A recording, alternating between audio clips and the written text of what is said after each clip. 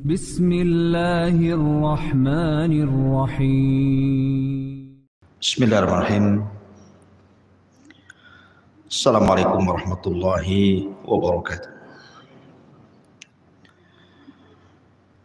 Alhamdulillah wassalatu wassalamu ala Rasulillah wa ala alihi wa sahbihi wa mawalah. Wala haula wala quwata illa billahi wa ba'd. Alhamdulillah, di pagi menjelang siang ini kita kembali bisa melanjutkan kajian tauhid, dan kita masuk pada bab ke 34, merasa aman dari siksa Allah ataupun makar Allah dan berputus asa dari rahmat Allah Subhanahu wa ta'ala.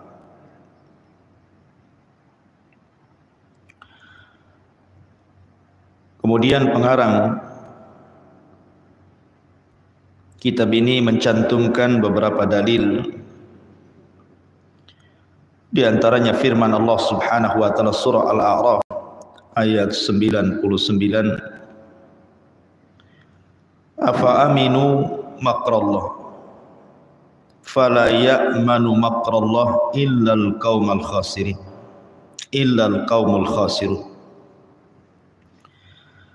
maka apakah mereka merasa aman dari azab Allah? Sesungguhnya tidak ada yang merasa aman dari azab Allah kecuali orang-orang yang rugi. Dan Allah Subhanahu wa ta'ala mengatakan dalam surah Al-Hijr ayat 56, wa man yaqnut min rahmati rabbih illa dhalum, dan tiada yang berputus asa dari rahmat Rabbnya kecuali orang-orang yang sesat. Kemudian diriwayatkan juga dari Ibnu Abbas radhiyallahu anhuma, ketika ditanya tentang dosa-dosa besar, walaupun sebagian ulama menganggap sanadnya lemah, maka Nabi sallallahu alaihi wasallam kemudian menjawab, asyirku billahi wal ya'su min rauhillahi wal amnu min makrillahi. Di antara dosa besar adalah syirik kepada Allah, berputus asa dari rahmat Allah, dan merasa aman dari makar Allah Subhanahu wa ta'ala. Kemudian juga disebutkan oleh Abdul Razzaq, diriwayatkan dari sahabat Abdullah bin Mas'ud radhiyallahu anhu, dia berkata, akbarul kabair asyirku billah wal amnu min makrillah wal qunutu min rahmatillah wal ya'su min rauhillah. Dosa-dosa besar yang paling besar adalah menyekutukan Allah, merasa aman dari siksa Allah, berputus asa harapan dari rahmat Allah, dan berputus asa dari pertolongan Allah Subhanahu wa ta'ala. Baik. Pagi ini kita akan membahas dua perkara. Pertama, merasa aman dari makar Allah Subhanahu wa ta'ala atau siksa Allah, dan kebalikannya berputus asa dari rahmat Allah Subhanahu wa ta'ala. Ma'asyiral muslimat yang dimuliakan Allah Subhanahu wa ta'ala, kita tahu bahwa sebab terbesar kenapa orang itu gemar melakukan maksiat, kecanduan dengan maksiat, tidak mau berhenti dengan maksiat, penyebabnya adalah karena dia merasa aman dari makar Allah. Atau dengan kata lain, karena dalam hatinya tidak ada rasa takut kepada Allah Subhanahu wa ta'ala. Ini yang menyebabkan kenapa orang itu tidak mau berhenti dari maksiat.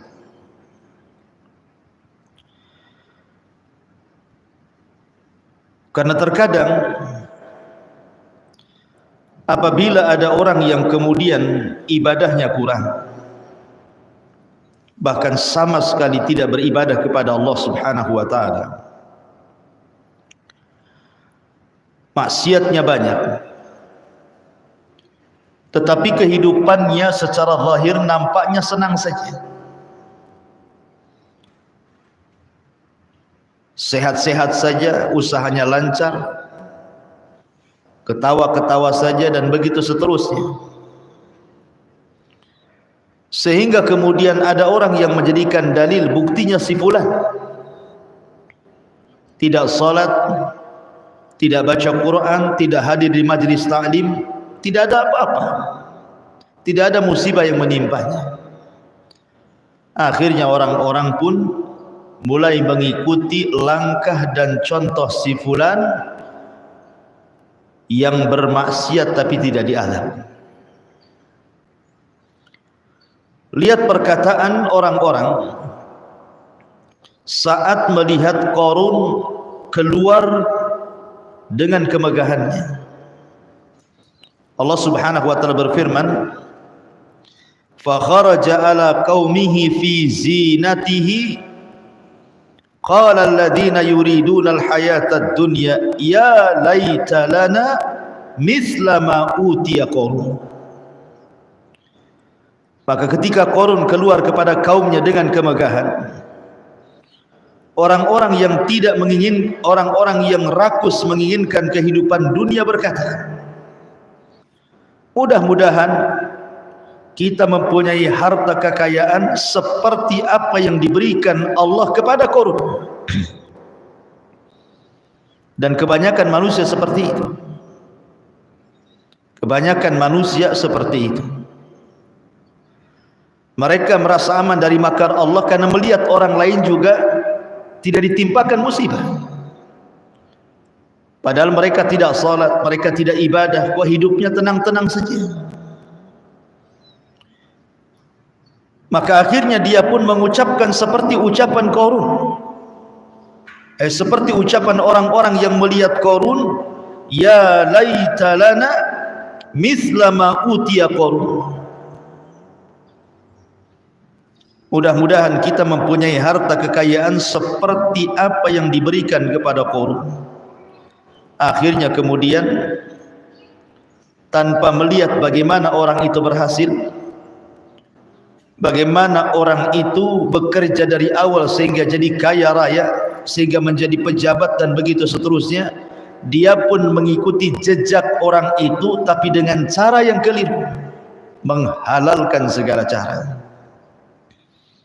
Persis seperti sabda Nabi sallallahu alaihi wasallam, sayati alaikum zaman la yubalil mar'u bima akhadal mal. Akan datang zamannya di mana orang-orang tidak peduli saat mengambil hartanya, saat mengambil kekayaannya, amin halalin amin haramin, ataukah dia mengambil dari yang haram ataukah dari yang halal, enggak peduli. Yang penting dia bisa kaya seperti dia, bisa punya pangkat jabatan seperti dia. Akhirnya dia merasa aman dari makar Allah dan tidak takut kepada Allah Subhanahu wa ta'ala. Itulah penyebab terbesar kenapa orang tidak peduli dan peduli dengan maksiat, karena tidak ada rasa takut dalam hatinya yang menimbulkan merasa aman dari makar Allah Subhanahu wa ta'ala. Ma'asyiral muslimat yang dimuliakan Allah Subhanahu wa ta'ala, padahal kalau seandainya kita masih memandang bagaimana kisah Qarun, Qarun itu, Bu, pada awalnya dia adalah pengikut Nabi Musa. Bahkan diceritakan bahwa Qarun ini seorang munawir, orang yang memiliki bacaan Taurat yang paling indah di zamannya. Orang suka dengan Qarun. Akhirnya kemudian saat dibukakan kepada Qarun kekayaan yang membentang di hadapannya, sehingga Qarun menjadi kaya raya, akhirnya lupa diri. Begitulah kekayaan terkadang melupakan dirinya. Kalla innal insana la yatgha an ra'ahus taghna. Terkadang orang mudah melampaui batas ketika Allah Subhanahu wa taala berikan kecukupan kepadanya. Akhirnya kemudian Qarun ini dinasihati baik-baik. Kemudian dikatakan kepada Qarun, la tafrah innallaha la yuhibbul farihin. Qarun, jangan senang dulu, karena Allah Subhanahu wa taala tidak suka kepada orang-orang yang menyombongkan dirinya. Allah tidak suka dengan orang-orang yang menyombongkan dengan hartanya. Wabtaghi fima ataqallahu daral akhirah wala tansa nasibaka minad dunya wa ahsin kama ahsanallahu ilaik wala tabghi al-fasada fil ar innallaha la yuhibbul mufsidin. Kemudian orang-orang baik ini pengikut Nabi Musa menasihati lagi, Qarun, carilah pahala negeri akhirat dengan apa yang telah dianugerahkan Allah kepadamu. Artinya hartamu itu gunakan di jalan Allah, tetapi jangan sampai engkau lupa bagianmu di dunia, dan jangan sampai lupa untuk berbuat baik kepada orang lain sebagaimana Allah telah berbuat baik kepadamu. Sebagaimana Allah sudah membentangkan kekayaan kepadamu, maka kau harus berbuat baik kepada manusia. Berikan haknya, hartamu kepada manusia, zakatnya, sedekahnya. Dan janganlah kamu berbuat kerusakan di bumi ini, karena sungguh Allah tidak menyukai orang-orang yang melakukan kerusakan. Artinya Qarun itu sudah dinasihati agar jangan sombong, karena Allah tidak suka dengan yang sombong. Jangan merusak di bumi, karena Allah tidak suka orang-orang yang merusak. Sebagaimana Allah telah berbuat baik kepadamu dengan melimpahkan harta, maka kau juga harus berbuat baik kepada manusia. Jadi Qarun ini sudah dinasihati, tetapi mental nasihatnya, dia pun lalai dengan kehidupan dunianya. Hartanya menutupi akal dan juga hatinya. Justru dia menjadi orang yang paling membangkang nabinya. Maka apa yang terjadi ketika Qarun merasa aman dari makar Allah, tidak takut kepada Allah, maka Allah Subhanahu wa taala firmankan, fa khassafna bihi wa bidarihil arda fama kana lahu min fi'atin yansurunahu min dunillah wa ma kana minal muntasirin. Maka kami benamkan si Qarun beserta rumahnya, beserta harta-hartanya ke dalam perut bumi, maka tidak ada baginya satu golongan pun yang akan menolongnya selain Allah, dan tidak termasuk orang-orang yang dapat membela dirinya di hadapan Allah. Lihat, orang-orang yang merasa aman dari makar Allah, akhirnya Allah Subhanahu wa taala timpakan kepada Qarun azab yang sangat pedih, ditenggelamkan dirinya dan seluruh harta-hartanya. Ma'asyiral muslimat yang dimuliakan Allah Subhanahu wa taala, Uqbah ibn Amir radhiyallahu an mendengar hadis dari Nabi sallallahu alaihi wasallam. Kata Nabi sallallahu alaihi wasallam, "Idza ra'aitallaha yu'til 'abda minad dunya 'alal ma'asihi ma yuhibbu fa innama huwa istidrajuh." Perhatikan di sini. apabila engkau melihat Allah memberikan kepada hambanya banyak dunia padahal dia ahli maksiat. Kan begitu Bu ya, di masyarakat itu kadang ibu melihat tetangga ibu enggak sholat tetapi kaya, enggak sholat tapi sehat, enggak sholat tapi bisnisnya lancar, enggak sholat tetapi hidupnya nampaknya senang-senang. Apa kata Nabi SAW, kalau engkau melihat Allah memberikan sesuatu kepada hambanya dari dunia padahal dia di atas kemaksiatan kepada Allah Subhanahu wa ta'ala, bahkan dia cinta dengan maksiat itu, kata Nabi SAW, fa innama huwa istidraj, itu hanya istidraj saja Bu. Apa istidraj itu Bu? Istidraj itu artinya Allah sengaja membiarkan, dibiarkannya dia sampai pada waktunya Allah kirim azabnya. Makanya kemudian Rasul Nabi SAW membacakan sebuah ayat kepada kita semuanya setelah mengatakan seperti itu, falamma nasu ma dzukkiru bih fatahna alaihim abwaaba kulli syai'in hatta idza farihu bima utu akhadnahum baghtatan fa idza hum mublisun. Maka ketika mereka melupakan peringatan yang telah diberikan kepada mereka, kami pun membukakan semua pintu kesenangan untuk mereka. Ketika mereka melupakan peringatan yang telah diberikan kepada mereka, kata Allah, kami pun membukakan semua pintu kesenangan untuk mereka. Mereka tidak salat, mereka maksiat, tapi mereka senang dengan dunia, dibukakan dunia lebar-lebar kepadanya. Tetapi apa yang terjadi? Sehingga ketika mereka bergembira dengan apa yang telah diberikan kepada mereka dari Allah, akhadnahum baghtatan fa idzahum mublisun, maka siksa mereka Allah atau kami siksa mereka secara tiba-tiba, maka ketika itu mereka terdiam berputus asa. Begitulah Allah Subhanahu wa ta'ala terkadang membiarkan orang itu di atas kesenangan dulu, di atas kesenangan dulu, setelah kemudian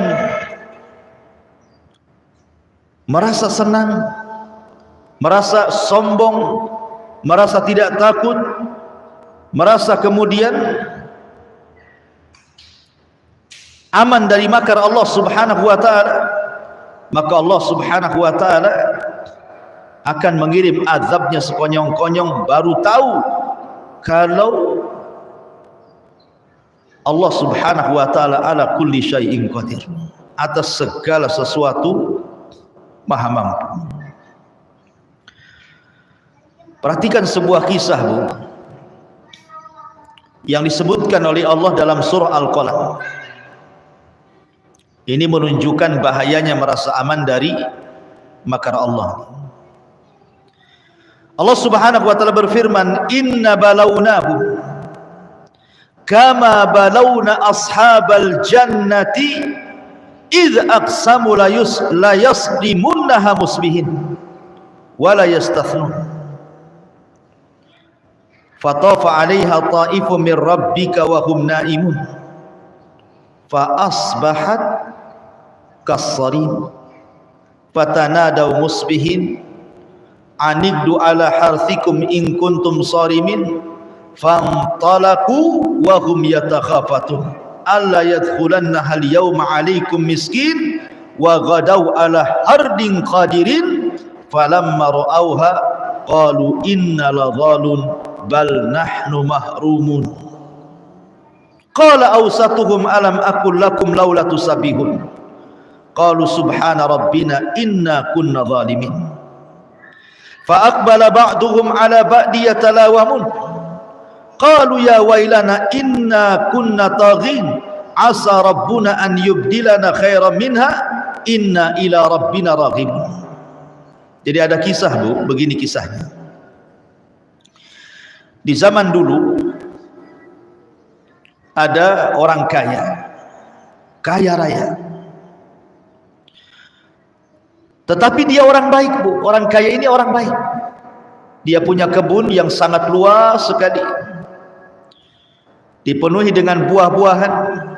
Apabila datang waktu panen, maka dia akan undang orang-orang miskin untuk memetik buah-buahan tersebut. Jadi dia mendahulukan orang-orang miskin biar mengambil yang baik-baik. Setelah orang-orang miskin itu mengambil jatah-jatah mereka, kemudian pergi, barulah kemudian pemilik kebun ini memanennya, kemudian menjualnya. Tapi dengan cara itu Allah lapangkan kekayaannya. Karena bagaimanapun dalam syariat Islam, ma naqasa min mali sadaqah, tidak mungkin berkurang harta yang disedekahkan. Mana ada, Bu? Hari ini orang punya kebun, sebelum orang yang punya kebun memanennya, dia datangkan orang-orang miskin suruh petik-petik sendiri. Kemudian setelah dipetik yang baik-baik, kemudian orang-orang miskin sudah mendapatkan jatah, kemudian pulang, baru kita yang memanennya. Mana ada hari ini kayak gitu, Bu? Tapi ini terjadi di zaman dulu. Akhirnya kemudian meninggallah orang kaya yang baik ini. Punya anak 5. Yang 4 jahat, yang 1 baik. Yang tengah-tengah ini baik, yang nomor 3 ini. Yang nomor 1, nomor 2 jahat. Yang nomor 3 baik, nomor 4, nomor 5 jahat. Jadi akhirnya kemudian yang 4 anaknya ini mengatakan, bapak kami ini bodoh. Ngapain orang-orang miskin itu dikasih jatah? Coba kalau seandainya kita jual semua hasilnya, tentu kita akan kaya dan semakin kaya. Akhirnya kemudian mereka pun bermakar, membuat tipu daya. Dengan cara apa? Mereka akan datang pagi-pagi buta sebelum orang-orang miskin datang, dan mereka akan memanennya duluan sebelum orang-orang miskin tiba. Dan mereka mengatakan tidak akan memberi sedikit pun bagian kepada orang miskin. Ada saudaranya yang baik, yang tengah-tengah, menasihati jangan seperti itu, bapak kita tidak seperti itu. Tetapi yang 4 bersaudaranya, mereka kompak untuk tidak lagi memberikan jatah kepada fuqara wal masakin, bakhil. Maka apa yang terjadi? Perhatikan ayatnya. Inna balawnahum kama balawna ashabal jannati idh aqsamu la yasrimunnaha musbihin. Sungguh kami telah menguji mereka sebagaimana kami telah menguji pemilik-pemilik kebun ketika mereka bersumpah pasti akan memetik hasilnya di pagi hari. Wala yastathnun, tetapi mereka tidak mengucapkan insyaallah. Dan mereka bersumpah untuk tidak memberikan jatah kepada fakir miskin. Fatafa 'alaiha ta'ifun min rabbika wa hum naimun. Lalu kebun itu ditimpa bencana yang datang dari Tuhanmu ketika mereka sedang tidur. Jadi besoknya mereka panen, malamnya Allah kirim halilintar dan petir sehingga membakar seluruh kebunnya, menghabiskan semua buah-buahannya. Tidak tersisa, tidak ada yang bisa diambil dari kebun itu. Fa asbahat kassarim, maka jadilah kebun itu hitam seperti malam yang gelap gulita karena terbakar. Fatanadaw musbihin, lalu pagi harinya, mereka ini kan enggak tahu Bu bahwa kebunnya sudah terbakar. Fatanadaw musbihin, lalu pada pagi harinya mereka saling memanggil, ayo cepat, ayo bangun, bawa peralatan kita ke kebun, kita akan panen sebelum orang miskin datang, katanya. Anikdu ala harthikum in kuntum sarimin. Pergilah pagi-pagi ke kebun kalian jika kalian hendak memetik hasilnya. Ayo cepat sebelum orang-orang miskin datang. Fantalaku, mereka pun berangkat. Wahum yatakhafatun, sambil berbisik-bisik. Apa bisikannya? Alla yadkhulannaha al-yawma 'alaikum miskin. Pada hari ini jangan sampai ada orang miskin masuk ke kebun kita. Wa ghadaw ala hardin qadirin. Dan berangkatlah mereka pada pagi hari dengan niat menghalang-halangi orang miskin, padahal mereka mampu untuk bersedekah kepada orang-orang miskin. Mereka kaya, mereka sanggup memberikan kepada orang miskin dan tidak mengurangi harta mereka. Tapi karena bakhil, tidak punya rasa takut kepada Allah, tidak membalas nikmat dengan syukur, merasa aman dari makar Allah. Falamma ra'auha, ketika mereka melihat kebunnya yang sudah terbakar, habis tidak tersisa, qalu, mereka mengatakan, inna ladhalun, sungguh kita benar-benar tersesat. Oh, ini bukan kebun kita, kita salah nih, ini kebun orang nih. Akhirnya kemudian dia cari lagi kebunnya, datang lagi ke situ. Dia cari lagi kebunnya, datang lagi ke situ. Memang itu kebunnya yang sudah terbakar. Akhirnya mereka mengatakan, bal nahnu mahrumun, bahkan kita tidak memperoleh apapun. Makanya orang yang tengah-tengah dari anak si bapak kaya yang baik ini mengatakan, qala awsatuhum, berkatalah seseorang yang paling bijak di antara mereka, alam aqul lakum laula tusabbihun, bukankah telah kukatakan kepada kalian, maka mengapa kalian tidak bertasbih, memuja Tuhan, bersyukur kepada Allah, memberikan jatah kepada fuqara wal masakin. Qalu subhana rabbina inna kunna zalimin, mereka mengucapkan maha suci Tuhan kami, sungguh kami adalah orang-orang yang zalim. Maka fa'aqbala ba'duhum ala ba'di yatalawamun, lalu mereka sesama mereka saling menyalahkan. Qalu ya wailana inna kunna taghin, baru mereka sadar dan mereka katakan, celaka kita, sesungguhnya kita orang-orang yang melampaui batas. Asa rabbuna an yubdilana khairan minha inna ila rabbina raghibun. Mudah-mudahan Tuhan memberikan ganti kepada kita dengan kebun yang lebih baik daripada yang ini. Sungguh kita mengharap ampunan Tuhan kita. Kadzalikal adzab, seperti itulah azab dunia. Wala adzabul akhirati akbar, dan azab akhirat jauh lebih besar. Lau kanu ya'lamun, kalau mereka paham dan tahu hakikat azab akhirat. Beginilah nasib-nasib orang yang merasa aman Bu dari makar Allah. Maka jangan pernah aman dari makar Allah. Azab dunia saja sudah pedih, apalagi azab akhirat. Makanya orang-orang yang merasa aman dari makar Allah, dari azab Allah, baik azab dunia ataupun akhirat ini, harusnya mereka itu melihat bagaimana Nabi SAW bersabda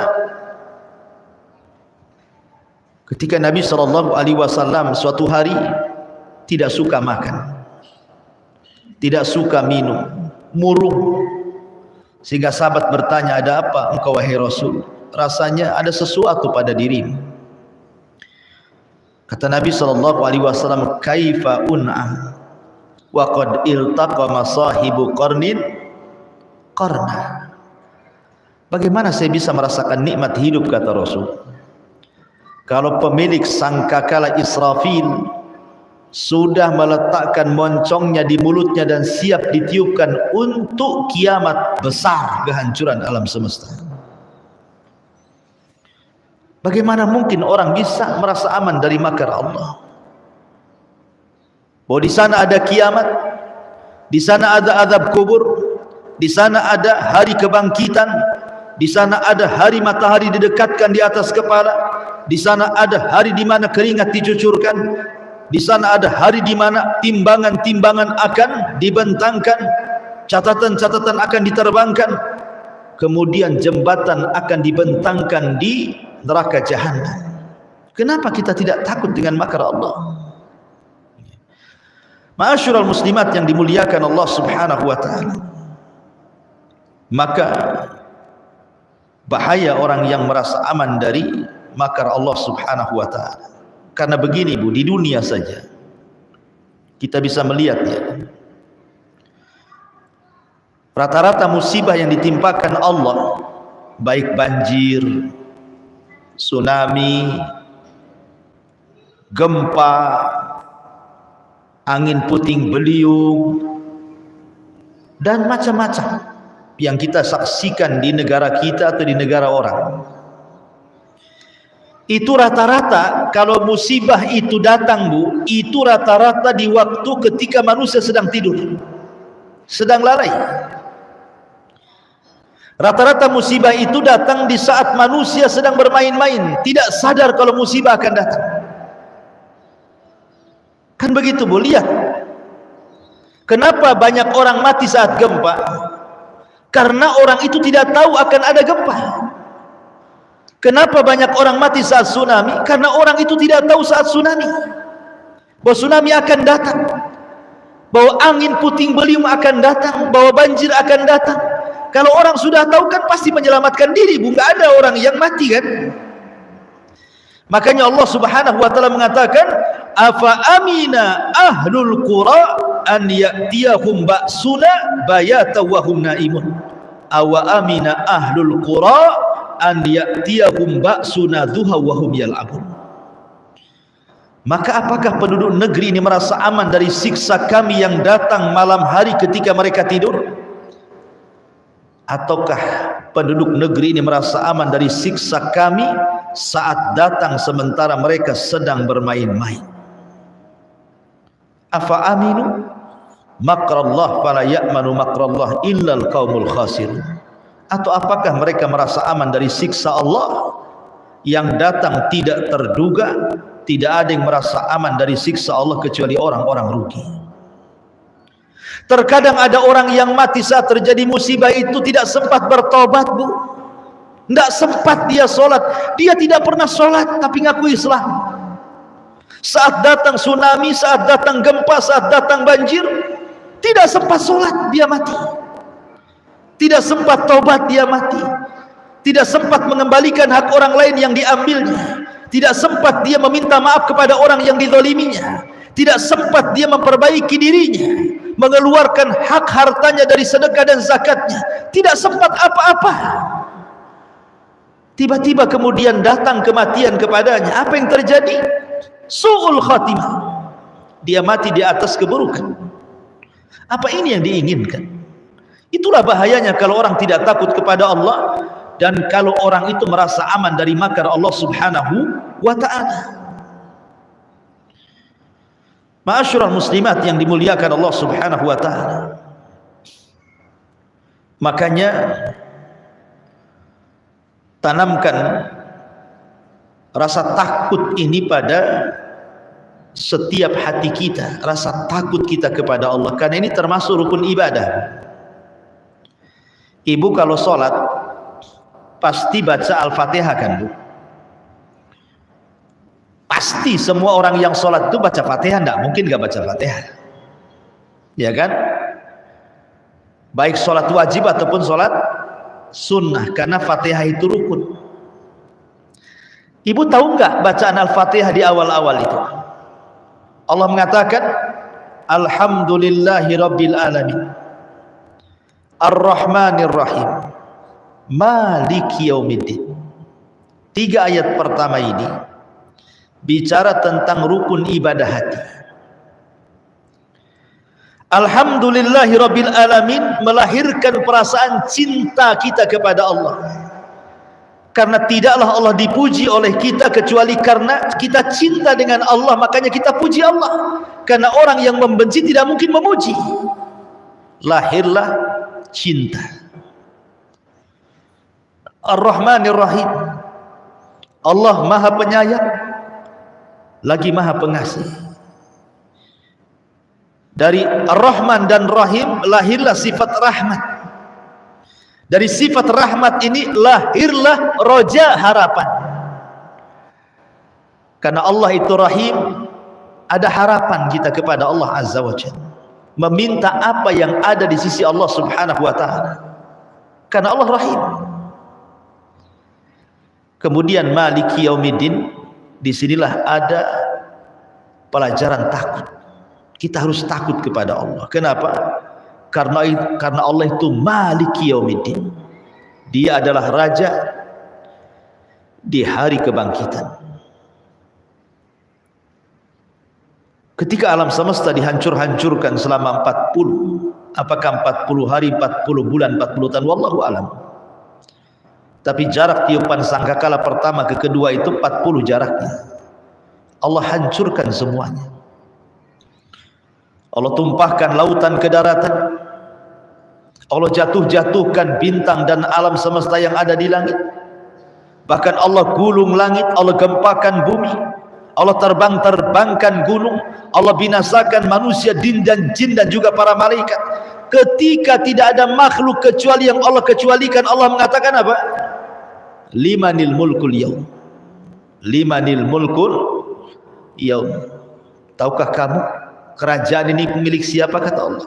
Tidak ada yang menjawab karena tidak ada makhluk. Sudah binasa semuanya.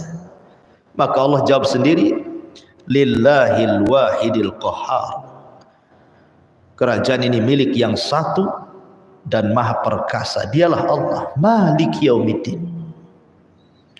Lahir perasaan takut. Takut kepada Allah Subhanahu wa taala. Karena takut ini adalah ibadah hati. Artinya harapan dan takut ini tidak boleh dihilangkan.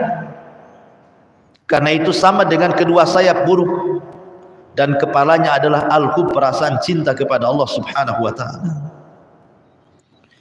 Ini penggalan yang pertama dari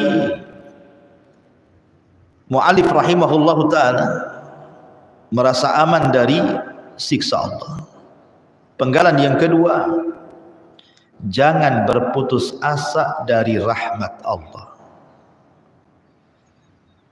Dan ini kebalikannya. Kalau merasa aman dari makar Allah, maka orang ini tidak punya rasa takut. Tetapi kalau berputus asa dari rahmat Allah, artinya orang ini sudah hilang perasaan harapannya kepada Allah. Putus asa. Dan dua-duanya dosa besar. Tidak boleh. Adapun putus asa dari rahmat Allah Subhanahu wa taala, maka Allah Subhanahu wa taala berfirman kepada orang-orang yang mereka dirundung putus asa dari rahmat Allah Subhanahu wa taala. Allah Subhanahu wa taala berfirman di dalam Al-Qur'anul Karim, la taqnatu min rahmatillah. Jangan kalian putus asa dari rahmat Allah Subhanahu wa taala. Putus asa dari rahmat Allah itu terbagi menjadi dua. Putus asa dari rahmat Allah itu terbagi menjadi dua. Pertama, putus asa dari perkara akhirat. Yang kedua, putus asa dari perkara dunia. Apa bedanya?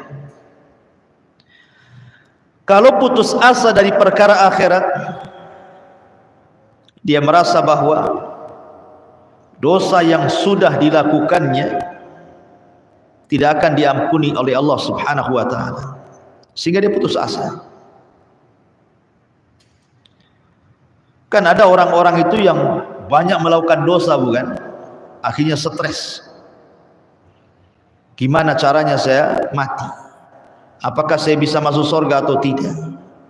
bagaimana nanti di kuburan, bagaimana ini dan itu. Ketakutan dia. Akhirnya bertobat pun tidak, yang ada stres. Itu putus asa dari akhirat namanya. Dia tidak paham bahwa Allah itu Ghafurur Rahim. Allah itu Maha Pengampun dan Maha Penyayang bagi hamba-hambanya. Kita lihat satu kisah, Bu. Ketika Nabi Musa alaihi salatu wasalam duel dengan tukang-tukang sihir Fir'aun,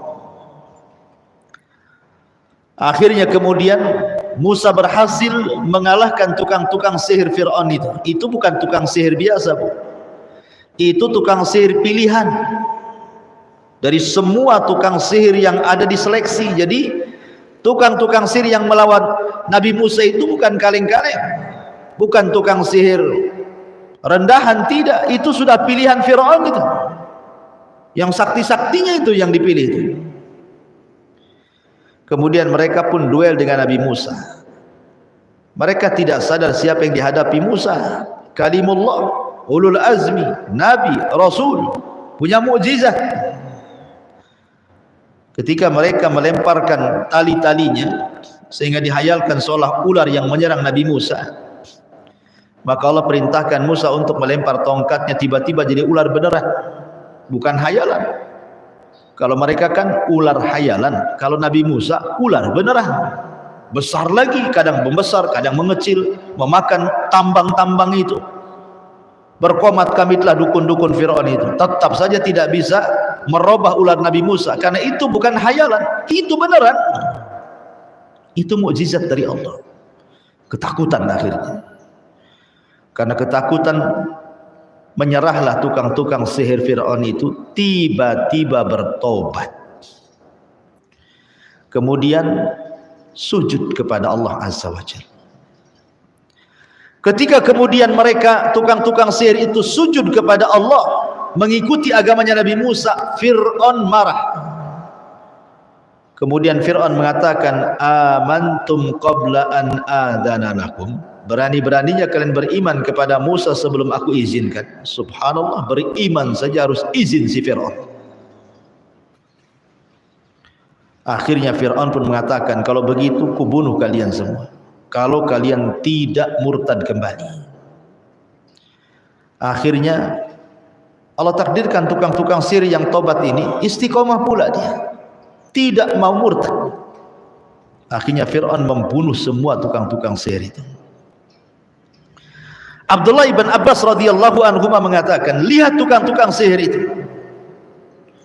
Di pagi hari mereka saharatun fajar, menjadi tukang sihir yang jahat. Tapi di sore hari syuhadaun barara. Tukang-tukang sihir itu menjadi para syuhada, orang yang mati syahid dan mati di atas kebaikan. Dan Allah masukkan mereka ke dalam surga. Yang ingin saya katakan, Bu, tukang-tukang sihir Fir'aun itu tidak pernah sujud kecuali satu kali. Tidak pernah beribadah kecuali hanya satu kali sujud saja itu, seumur hidupnya. Mereka bergelimang dengan kesyirikan, menyembah berhala, menyembah Fir'aun. Mereka tidak punya kebaikan sama sekali. Mereka hanya sujud satu kali, habis itu dibantai oleh Fir'aun. Kata Abdullah ibn Abbas radhiyallahu anhuma, lihat tukang-tukang sihir Fir'aun itu. Di pagi hari mereka tukang sihir yang jahat, tapi di sore hari mereka menjadi para syuhada yang baik. Apa maknanya? Tukang sihir ini tidak punya kebaikan, tapi ketika tobat dan sujud satu kali, cukup bagi Allah untuk menyayangi tukang sihir ini dan masukkan ke dalam surga. Menunjukkan bahwa rahmat Allah itu lebih luas dibandingkan murkanya. Padahal kalau dibelen-belen, Bu, enggak belen kan, Bu. Seumur hidup dia melakukan kesyirikan, satu kali sujud menghilangkan semua dosa syiriknya, kan enggak belen. Tapi begitulah rahmat Allah mendahului kemurkaan Allah. Maka jangan pernah putus asa dari rahmat Allah. Jangan pernah putus asa dari rahmat Allah. Dahulu ada orang yang banyak melakukan dosa, Bu. Banyak dosa yang dilakukannya. Entah berapa dosa tidak terhitung yang sudah dia lakukan. Sampai dia ketakutan saat hendak meninggal. Akhirnya dia kumpulkan anak-anaknya dan berwasiat. Nah, kalau bapakmu mati, bakar bapakmu. Kemudian nanti debunya, abunya itu sebar di semua lautan yang ada di bumi. Sebab kalau Allah mampu membangkitkan diriku, tentu Allah akan mengazab diriku dengan azab yang belum pernah ada azab sebelum dan sesudahnya, katanya. Dia berwasiat begitu kepada anaknya, saking ketakutannya kepada Allah Azza wa Jalla. Dia mengatakan, nak, bakar aku, debunya nanti sebarkan ya di semua lautan di bumi. La in qadirallah, kalau Allah takdirkan mampu membangkitkan diriku, la yu'adzibanni azaban la yu'adzibuhu ahadun minal alamin. Sebab kalau Allah mampu membangkitkan diriku, dia akan mengazab aku dengan azab yang belum pernah ada siapapun diazab di alam semesta ini. Akhirnya betul-betul mati, Bu. Wasiatnya pula kemudian dilakukan anak-anaknya, dibakar pula tu badannya. Habis itu abunya disebar di banyak lautan. Dia tidak tahu bahwa Allah itu ala kulli syai'in qadir. Allah itu mampu atas segala sesuatu, apalagi membangkitkan walaupun sudah jadi debu. Tiba-tiba Allah kumpulkan debu-debunya, kemudian dibangkitkan kembali, kemudian dihadapkan ke hadapan Allah. Kemudian Allah Subhanahu wa taala berfirman kepada orang ini, ma fa'alta, apa namanya, apa yang membuat kamu melakukan seperti itu wahai fulan? Apa yang membuat, apa alasan kamu sehingga engkau melakukan seperti itu, berwasiat kepada anak-anakmu untuk dibakar, disebar abunya? Kalau Allah sanggup membangkitkan diriku, aku akan diazab yang tidak pernah ada orang di alam semesta diazab sepertiku, katanya. Ma hamalaka alaan fa'alta bikada. Apa yang membuat kamu untuk melakukan seperti itu wahai fulan? Maka orang ini mengatakan, khaufuka ya Rabb, karena rasa takutku kepadamu. Akhirnya apa? Karena dia punya rasa takut kepada Allah, datanglah rahmat Allah kepadanya. Ketika Allah mengetahui alasannya, karena takut, Allah sudah tahu alasannya apa, tapi Allah ingin menguji, apa yang membuat kamu melakukan seperti ini? Dia mengatakan, khaufuka ya Rabb, karena takutku kepadamu. Ketika dia mengatakan, karena takutku kepadamu ya Rabb, sehingga aku berwasiat seperti ini, datang rahmat Allah di sini. Akhirnya Allah berikan rahmatnya dan dia pun dimasukkan ke dalam surga. Subhanallah, itulah kasih sayang Allah Subhanahu wa ta'ala. Jadi kita ini punya Rabb yang maha pengasih, maha penyayang. Lalu buat apa kita ini kemudian berputus asa dari perkara akhirat? Dahulu ada orang yang membunuh 99 jiwa. Kemudian dia ingin bertobat. Salah tanya dia. Tanya pula pendeta yang jahil. Ini kan di masa dulu, bukan di masa Islam. Kata pendeta yang jahil ini, oh, kamu tidak ada ampunan. Kau sudah banyak bunuh orang, 99 nyawa kau bunuh. Mana ada lagi ampunan? Ampunan sudah tertutup. Marah dia, Bu. Dibantainya pendeta itu. Genap 100. Tapi dia tidak putus asa. Dia cari lagi orang yang bisa ditanya. Berjumpa pula dengan orang alim. Pendeta tapi alim yang satu ini. Yang tadi pendeta jahil. Ini yang satu alim. Ditunjukkanlah sama pendeta alim ini, kalau kau ingin bertobat, di sono ada desa semuanya orang alim, orang soleh, belajar kau di sana. Mudah-mudahan Allah terima tobatmu. Senang dia. Karena ingin betul-betul tobat, berangkat dia. Ketika di tengah jalan Allahu a'lam apa yang terjadi, tiba-tiba kemudian dia mati. Belum sampai ke desa yang dituju tuh, datang malaikat azab mau mengambil ruhnya. Ketika ruh itu hendak diambil malaikat azab, datang pula malaikat rahmat hendak mengambil ruhnya. Rebutanlah antara malaikat azab dan malaikat rahmat tentang ruh anak yang mau taubat ini, yang sudah membunuh 100 jiwa ini. Kata malaikat azab, dia pantas masuk neraka, 100 jiwa sudah dia bunuh. Kata malaikat rahmat, oh tidak bisa, dia harus masuk surga karena sudah ada niat taubat. Rebutan. Akhirnya Allah subhanahu wa ta'ala putuskan dan mengutus malaikat hakim. Akhirnya mengatakan, sudah gini saja, ukurlah antara kematiannya dengan desa yang dituju, dengan kematiannya dengan orang yang ditanya, orang alim yang ditanya. Sebenarnya secara jarak kematian dia dengan orang yang alim yang ditanya itu lebih dekat. Artinya malaikat azab berhak dengan ruhnya. Tetapi karena rahmat Allah, dilipat bumi, didekatkan dengan desa yang dituju, maka malaikat rahmat mengambil ruhnya. Subhanallah.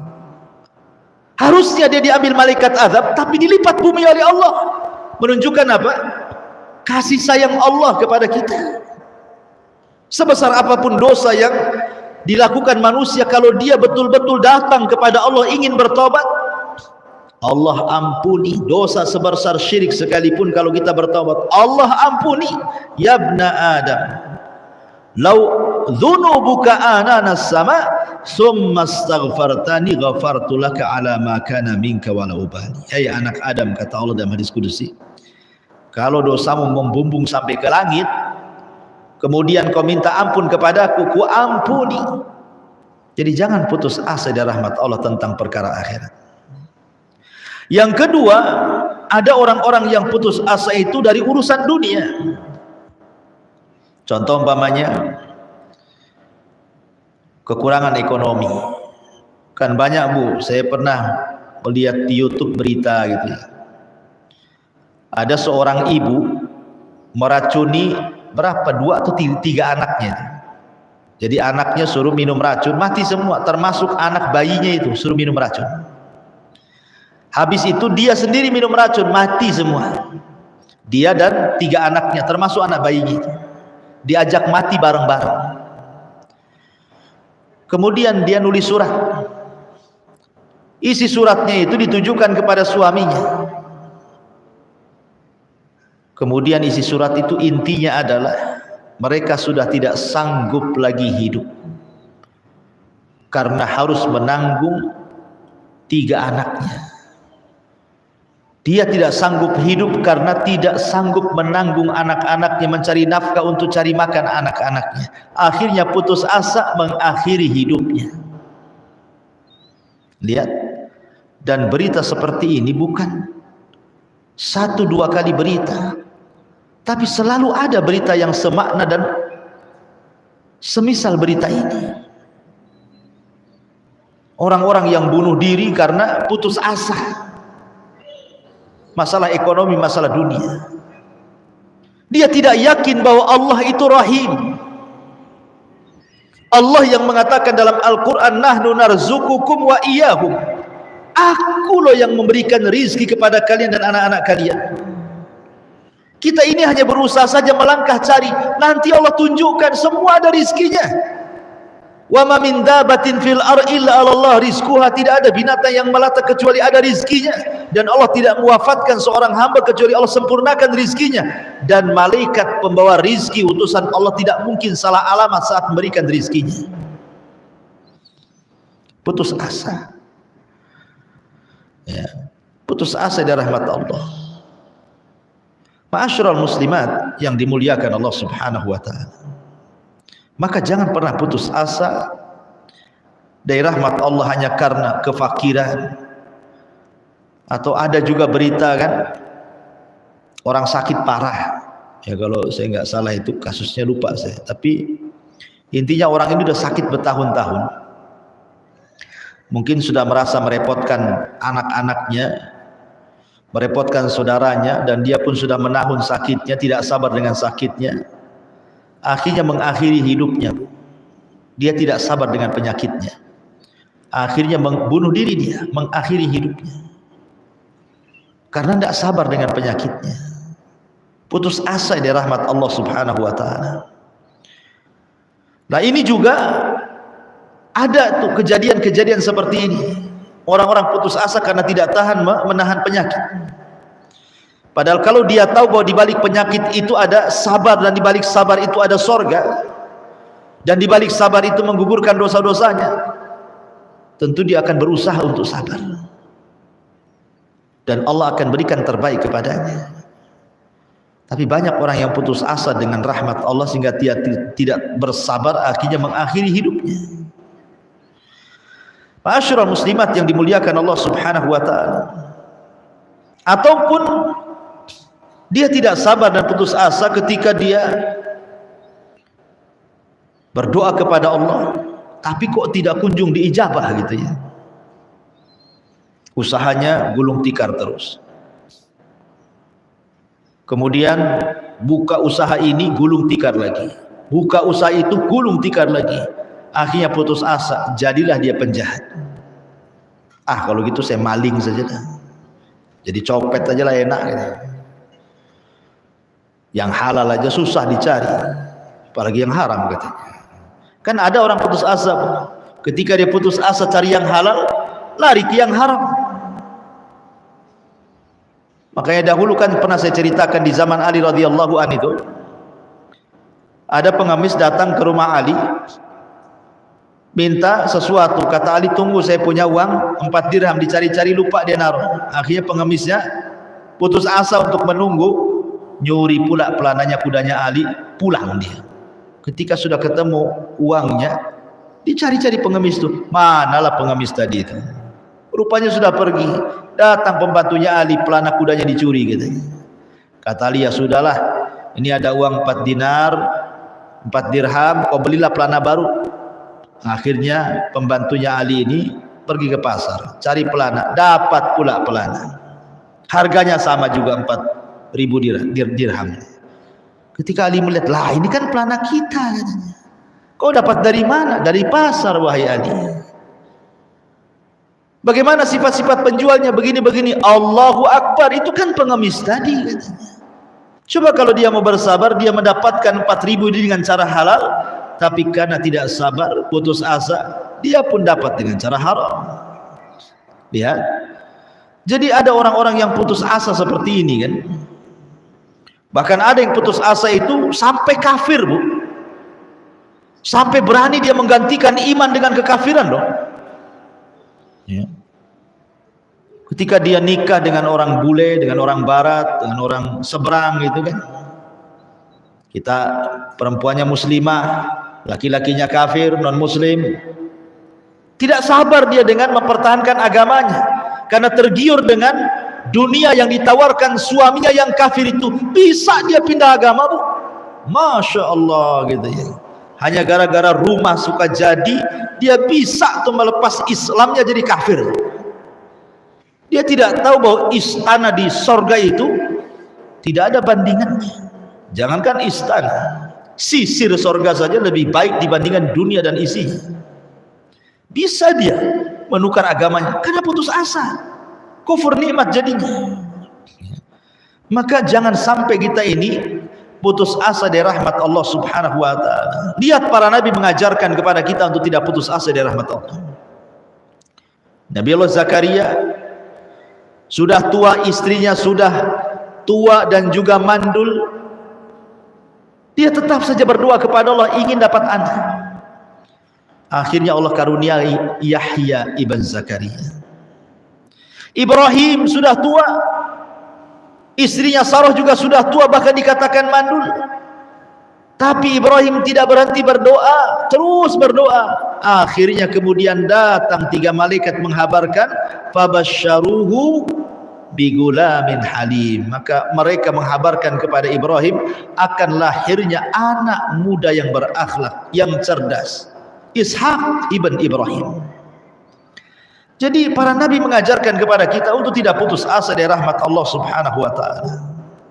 Karena 2 perkara ini kata Nabi sallallahu alaihi wasallam putus asa dari rahmat Allah, kemudian merasa aman dari makar Allah, dua-duanya adalah dosa besar. Sebagaimana perkataan Ibnu Mas'ud, akbarul kabair asyirku billah wal amnu min makrillah wal kunutu min rahmatillah wal ya'su min rauhillah. Dosa besar yang paling besar adalah menyekutukan Allah, merasa aman dari siksa Allah, berputus asa harapan dari rahmat Allah, berputus asa dari pertolongan Allah Subhanahu wa ta'ala. Wallahu a'lam bishawab. Ini yang bisa saya sampaikan. Taib, sebelum saya tutup, silakan kalau ada yang bertanya.